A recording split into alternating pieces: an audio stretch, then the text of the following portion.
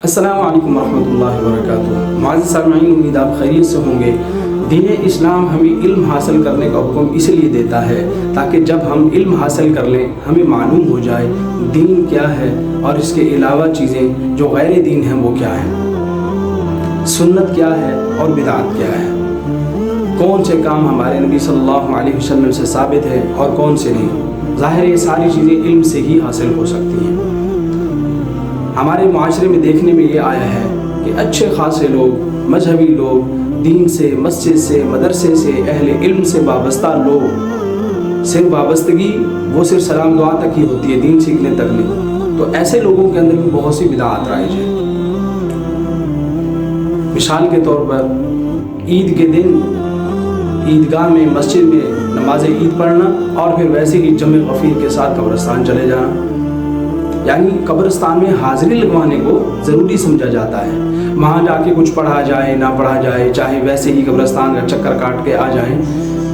لیکن قبرستان ضرور جانا ہے کیونکہ عید کے دن باقی ساری بھی جا رہے ہیں تو ہمیں بھی جانا چاہیے،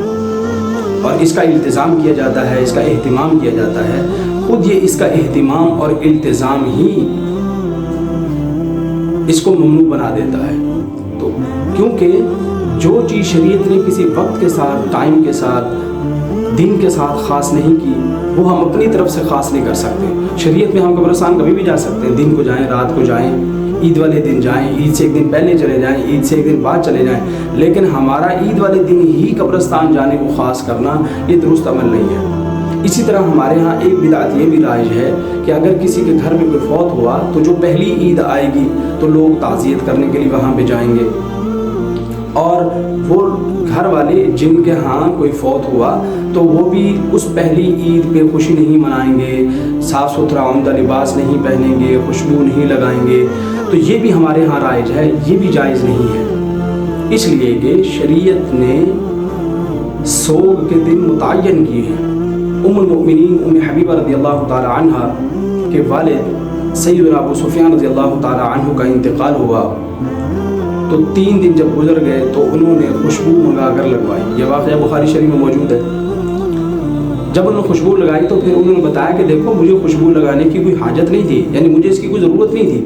میں نے اس لیے لگائی ہے کہ رسول اللہ صلی اللہ علیہ وسلم نے ارشاد فرمایا کہ جو عورت اللہ اور یوم آخرت پر ایمان رکھتی ہے تو اسے چاہیے کہ 3 دن سے زائد سوگ نہ کرے۔ تو جیسے میں پہلے 3 دنوں میں جس حالت میں تھی اب بھی مگر وہ اسی حالت میں رہتی تو کوئی دیکھنے والا کہہ سکتا تھا کہ گویا اب 3 دن کے بعد بھی سوگ منایا جا رہا ہے۔ تو اس لیے میں نے خوشبو لگائی ہے تاکہ پتہ چل جائے کہ سوگ ختم ہو گیا۔ ہاں البتہ حضور نے یہ بات الگ فرمائی کہ جس عورت کا شوہر فوت ہو جائے اس کا سوگ شریعت کی طرف سے 4 ماہ 10 دن ہے۔ اسی طرح لوگوں کا ان کے گھر جا کے ان کے اندر غم پیدا کرنا، ان کی وہ جو غم کے لمحات ہے وہ تازہ کروانا، یہ بھی جائز نہیں ہے۔ اسی طرح ایک اور رسم ہمارے ہاں یہ بھی ہے کہ منگنی ہو جاتی ہے تو منگنی سے لے کر رخصتی تک، یا نکاح ہو جاتا ہے تو نکاح سے لے کر رخصتی تک لڑکے والوں کی طرف سے، لڑکی والوں کی طرف سے عید کے موقع پر تحائف کا تبادلہ کیا جاتا ہے، یا کسی ایک کی طرف سے، لڑکی والوں کی طرف سے کپڑے وغیرہ دیے جاتے ہیں، لڑکے والوں کی طرف سے دیے جاتے ہیں، اور اس کو ضروری سمجھا جاتا ہے، اور اگر نہ دیے جائیں تو گویا یہ سمجھا جاتا ہے وہ جو نکاح تھا یا وہ منگنی تھی وہ گویا ختم ہو گئی۔ تو یہ بھی رسم بد ہے، علماء نے اس کو بھی بدعت میں شمار کیا ہے اور اسے بھی منع کیا ہے۔ جو چیز دیکھیے، تحفہ دینا لینا دین میں یہ قابل تعریف چیز ہے، اور بلکہ خود ترغیب دی گئی ہے کہ تحفے تحائف دیا کرو کیونکہ اس سے محبتیں بڑھتی ہیں، لیکن تحفہ تو کبھی بھی دیا جا سکتا ہے، اس کے لیے عید کا انتظار ہی کیوں؟ اور اگر کوئی نہیں بھی دے سکا، کوئی مجبوری ہو سکتی ہے، تو پھر یہ تصور کرنا ان کا تو کوئی رشتہ ہی ختم ہو گیا، یہ بھی درست نہیں ہے، یہ بھی ناجائز ہے۔ اس لیے 3-4 بدعات جو کہ اس وقت میرے ذہن میں تھی اور یہ عید کے ساتھ ہم محسوس کرتے ہیں، ہمارے معاشرے میں محسوس کی جاتی ہیں، تو ہمیں ان سے اجتناب کرنا چاہیے اور دین کا صحیح پہلو، صحیح علم ہمیں ہونا چاہیے تاکہ ہم ان بدعات سے بچ سکیں۔ اللہ سے دعا ہے اللہ تعالی ہمیں صراط مستقیم پہ چلنے کی توفیق عطا فرمائے۔ السلام علیکم ورحمۃ اللہ وبرکاتہ۔